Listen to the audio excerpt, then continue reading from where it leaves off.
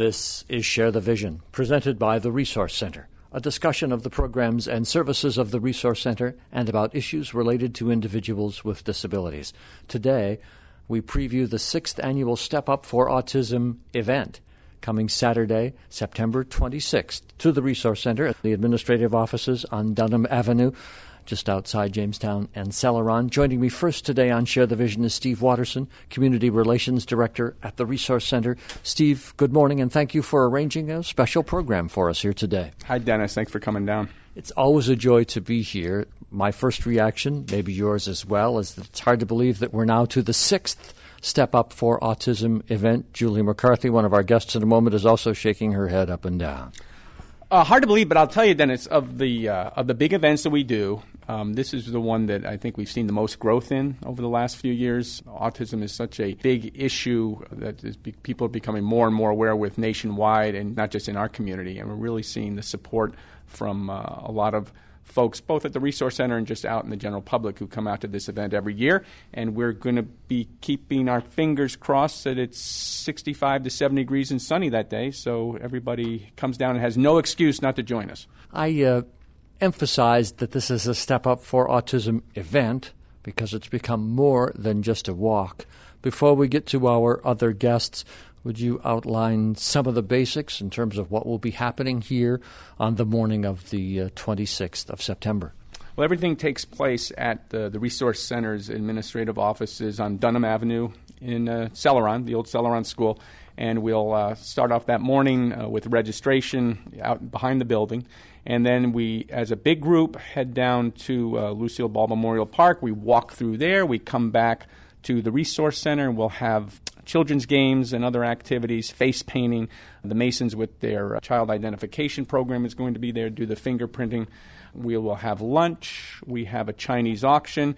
And then we have what's become known as the famous cake auction, where we get a lot of cakes and pies and other goodies donated from a number of local bakeries and restaurants and grocery stores, other businesses. And we have celebrity, maybe too exotic a word, but we have a number of individuals who kind of good-naturedly compete against one another to see who can raise the most money for the cake auction. And it's kind of fun. It's a nice way to wrap up the whole event. And laughter ripples across the room here about the cake auction. But two things come to mind, Steve. One is the real celebratory character that this has taken on, the sort of jubilance as people walk to the lake, hopefully on a sunny day, get involved in the other activities. But the second is the serious message, and you touched on this, the underlying message about stepping up for autism in a broader sense in terms of coming to understand what it is, its impact on our society today, its impact on the Resource Center. You know what? One thing that I noticed, too, with Step Up for Autism is you don't just get the immediate nuclear family that's there. A lot of extended family members and friends of families who have a loved one who's on the autism spectrum come down to take part in the event. And it really says a lot that there's so much support and awareness of autism spectrum disorders and what families are challenged with. And the fact that agencies like the Resource Center and lots of others are working hard to provide those supports and services that families need and that the individuals who are on the spectrum need in order to be able to enjoy life to the maximum. A couple of things before I leave you, Steve. First, costs to participate. This is a fundraiser. What does it cost to be a part of Step Up for Autism? We tell folks that it's $20, and they will get a fantastic long-sleeved T-shirt with this year's logo on it, which was really tremendous. Vicky's holding it up now. It was created by a woman named Desiree Whitney, who is the new employee here at the Resource Center in our computer department. And you'll get your lunch. We don't want to scare anybody away, realizing that $20 can be a hardship for people. And it's really about coming down and supporting. So if you just want to come down and join us to be part of it, feel free to come down and join us and be part of it. The other thing that we're doing this year, Dennis, that's new is we have had a motorcycle dice run connected with Laurel Run up in Silver Creek for several years. And due to some scheduling conflicts, we couldn't do that this year. So we decided to have it here at Step Up for Autism. We're calling it Loop the Lake. Mm-hmm. And we are hoping for, again, good weather for the dice run riders, but hoping that we'll get a tremendous turnout for the dice run as well and bring a whole different group of people here to help support this event. We are going to talk about some other details of of autism and the Step Up for Autism event as we move on in today's Share the Vision show. But I do want to tell the listeners of this program that if they want to follow along or get more information immediately, they are free to go to stepupforautism.com. Stepupforautism.com. Julie McCarthy joins me next. Good morning. Good morning, Dennis. Nice to see you today. It's delightful to be on the radio with you once again. Talk about your various roles in Step Up for Autism and the Resource Center, because in addition to being committed to this event we're talking about today, you are on the board of directors of this organization as well. Yes, I serve on the board of directors. I'm involved in various committees. And the young man who got me involved is actually my son, Andrew Lockwood. And Step Up has helped him grow as a young man. He went from feeling like an island, an outsider with no friends, no chance, to actually having friends, being involved in the community, more outgoing and open. Those of you who know Andrew know that he's very open-minded, and he will let you know exactly how he feels and how he feels things should be and how we need to be more loving and accepting of individuals like him. And he's incredible. I thank God for him and other people like him. I think maybe we should all have a little bit of autism spectrum. Maybe things would be different. Interesting perspective. And I was going to ask you, as soon as we got into this interview, and you kind of jumped right into it, how Andrew is doing. He's been a guest on this program promoting Step Up for Autism in past years. He is doing well at this time. Yes, he is. He's currently in the third year of working at Trucklight part-time. He's actively involved in Centaur Stride. His confidence has grown so much. He's also part of Second Chances. His abilities far outnumber his inabilities. And he's actually, as a matter of fact, one of the guest speakers at our Step Up for Autism event. And he's always loved looking out into the crowd and seeing the different T-shirts that are worn from each year. And he'll put it, right to you. I mean, exactly how he feels about everybody needing to accept individuals like Andrew. Steve Watterson mentioned as we got into this program the growth of the Step Up for Autism walk and events that will be happening this year on September 26th here, the growing recognition, identification of persons on the autism spectrum in our society. Julie, I want you to address that for a moment, having some time. How old is Andrew now? Andrew is now 27 years old. So you have considerable... Vicky Bartow's jaw dropped over there. So you have considerable experience then in understanding someone who's on the autism spectrum and the community's response to it. How is that changing for you, if you do perceive that it is? Oh, it has. We went from, like I said, he felt like he was an island and nobody understood him. He felt like he was a flamethrower, in essence, trying to pave the way, and he still is. He's not alone anymore, more friends, and just he's more out in the community. He knows that he's not alone in this anymore, and we need more and more families to come out and to be accepted. And acceptance, and I keep saying acceptance, love and awareness, and not feeling like that island. And we're not an island anymore, and I praise God, and I thank everybody. I mean, the Resource Center has been so instrumental in Andrew's growth and just accepting of autism spectrum. We're not alone anymore. That's what and money that we raise that day stays local. It's not like it's going to go to some corporate office in New York City or somewhere else. It all stays in right here, Chautauqua County. It helps individuals right here locally. So money raised for this event will take care of individuals here. And that's the main thing that we've always wanted to state, that your money stays locally to help local individuals grow and develop. I'm going to pick up more on that story with Vicki Bardo in just a few minutes, who's in the room with us as well. One thing before I leave you, Julie McCarthy, and this might be difficult, but sometimes the definition of, the explanation of, an understanding of autism for those who are not as familiar with it as you might be is elusive, difficult, tricky. So could you help us perhaps by just saying a word or two about how autism changes a particular life, at least as you have known it in your son Andrew?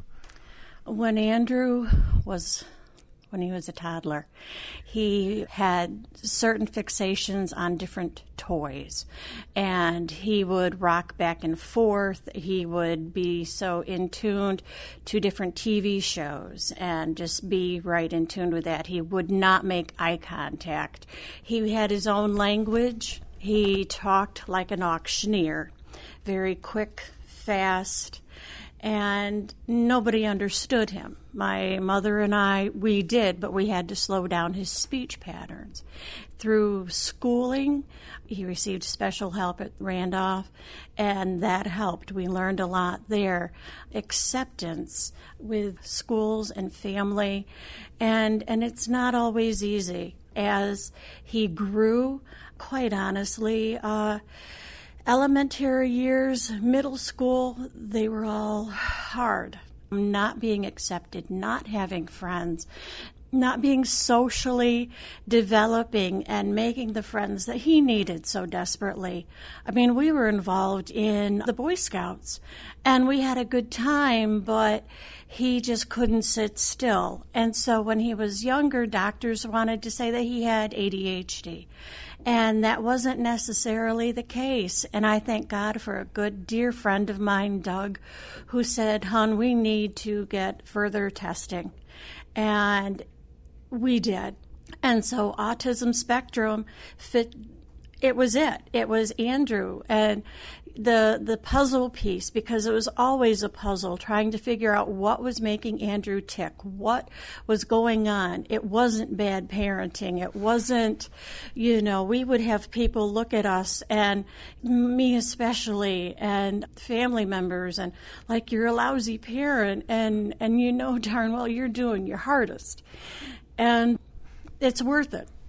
It really is. He has changed. He has grown. It's worth everything that you go through. And just come on out. Julie, thank you for your heartfelt comments. Very valuable to us.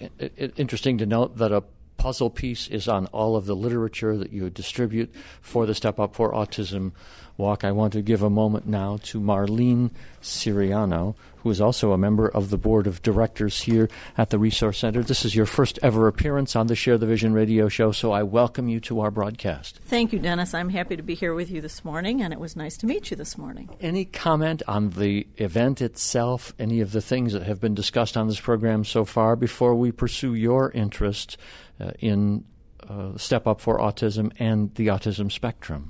Well, I would join in a lot of comments that have been made about the event already. It's a great opportunity for everybody to come out in the community and support the autism community and the families and the caregivers and the Resource Center staff that work so heartfelt with our children and dedicate so much time to helping these children with autism and adults with autism.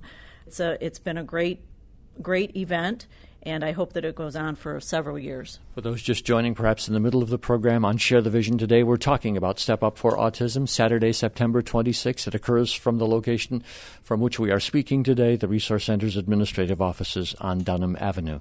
Your interest in, your experience with autism, Marlene, stems from what? Well, I have a son who is now 17 years old, and he was diagnosed when he was 2 years old with autism. And we were living here in Chautauqua County at the time, and it was, of course, a devastating diagnosis. We knew ahead of time. We researched it. We knew when we got the word from the doctor what the diagnosis was going to be. But in any event, it's a life-changing experience. So at that point, you go into emergency mode. It's like having a child with a life-threatening illness. And what do you do about it? And for me, I did a lot of research, and at that time, it was back in the year 2000, I didn't feel that there were programs that were appropriate around here for him that were going to give him the opportunity to reach his potential. So we packed up our family and we moved to Buffalo. Wow. And there was an excellent early autism program up there. Time was of the essence, so within, I would say, 2 months, we packed up there, moved to Buffalo, and we commuted back and forth to work, my husband and myself, and kept our home here because we knew we wanted to come back. We stayed up there for 5 years, and he received excellent therapy up there. And then he became school age, and we did some more research, and we determined that it was probably time to come home. And I had been working ahead of time with my local school district, which was Bemis Point, and we put his IEP in place and supports in place and got him ready for kindergarten, and we moved back home. Wow, what an extraordinary story, to pick up and move an entire family just for the sake of your son. What is his name? His name is Matthew. To fast forward the story a little bit, how has it played out over time now, that intensive early intervention that you did, the subsequent work with the school and here at the Resource Center?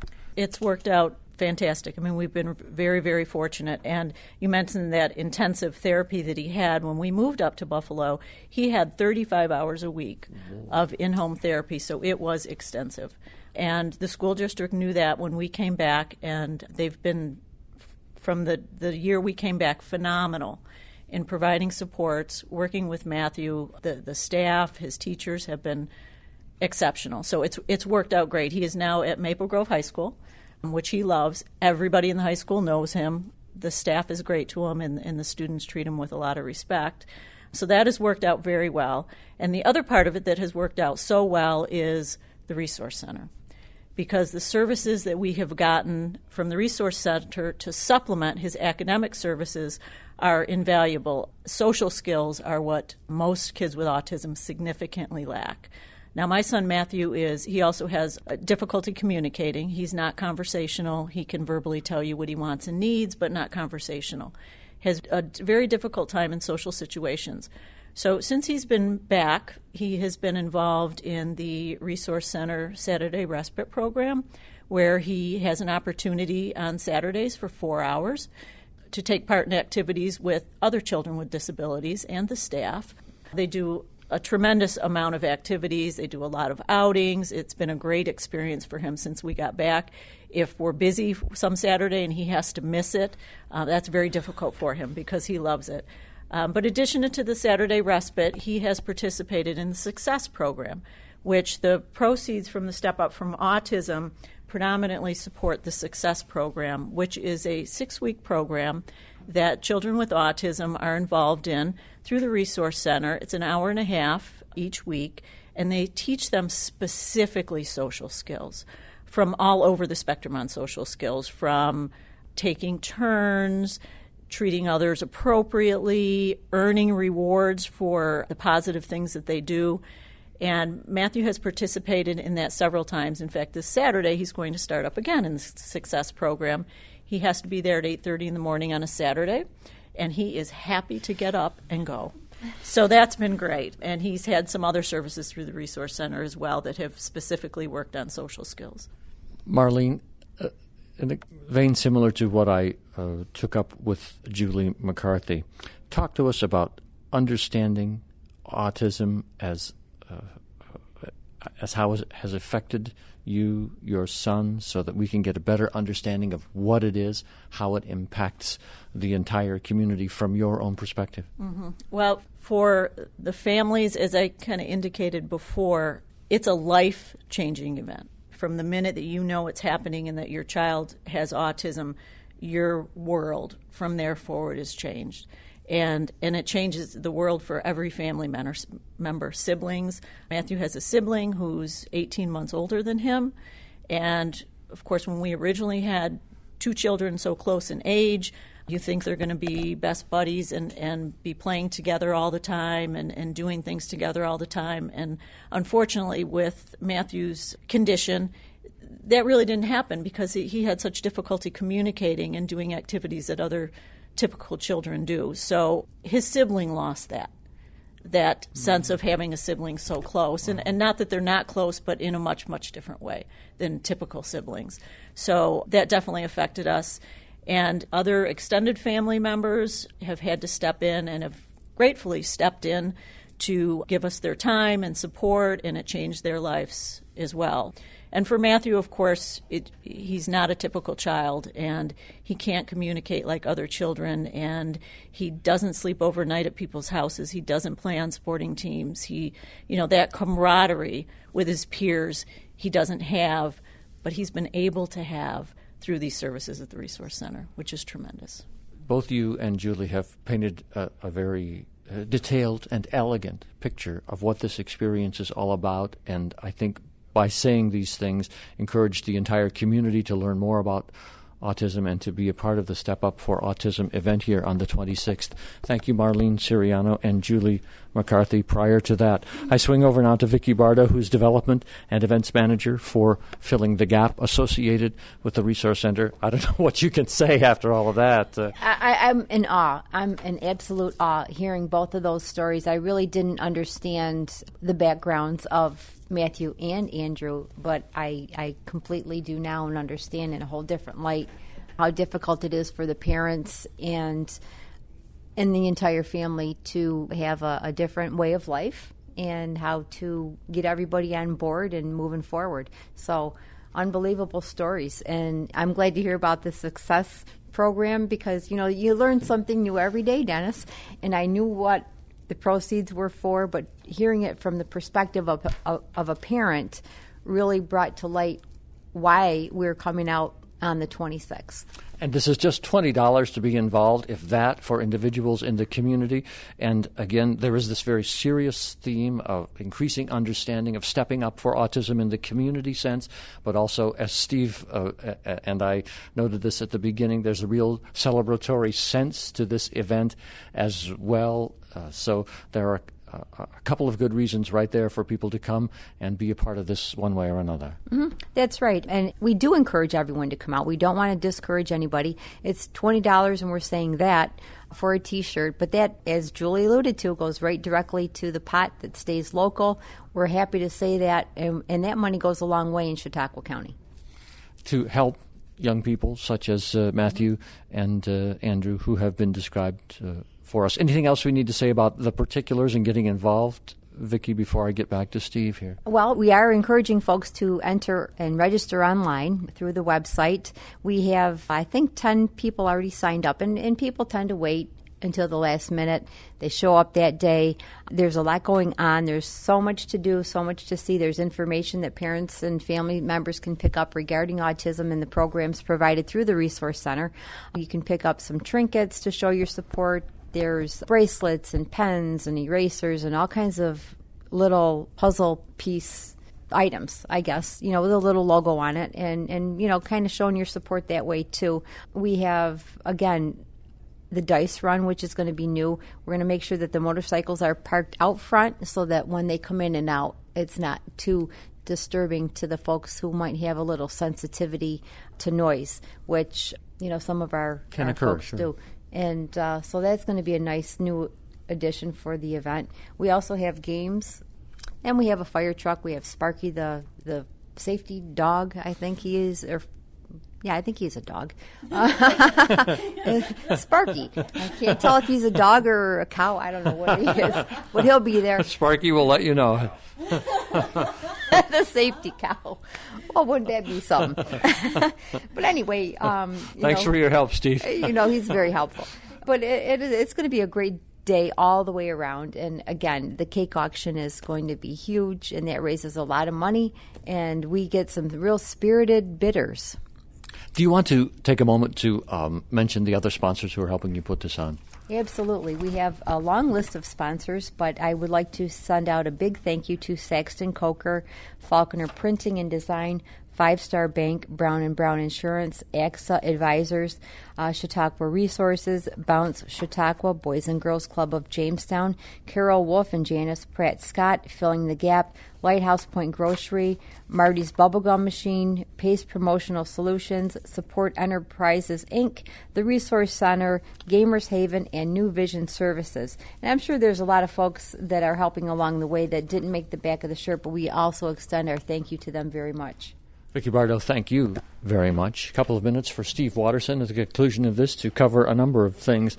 First, Steve, just to give you an opportunity to reflect on all what you've heard in the room here today about autism and these parents in particular. Oh, it's a great program. I mean, Julie always does such a great job, and I've heard parts of Marlene's and Matthew's story before, but not all of it. So it was nice to become more familiar with that. And it's always nice to hear that their gratitude and appreciation for the services that the staff at the Resource Center were able to provide in order to enhance Andrew and Matthew's lives. So that's great. Now, on top of all of this, we do want to mention the other part of the Resource Center's special events on Saturday, September 26th, and this is reverberating from our most recent edition of Share the Vision. That's also the day of the Sprout Film Festival at the Reg Lanay at 2 and 8 p.m. Yeah, busy day that day. The Sprout Film Festival, for those who may have missed the program last week. Go to the website, listen. Yeah. It's a great show. We've been promoting that. People have been listening to it. They love hearing Anthony DeSalvo, the founder of Sprout. But Sprout is a traveling film festival made up of fairly short films, anywhere from a minute and a half to 15 minutes, that focus on the experiences of individuals with all types of disabilities. And some of these films are very powerful, very moving. You're going to get angry. You're going to be happy. You're going to get choked up.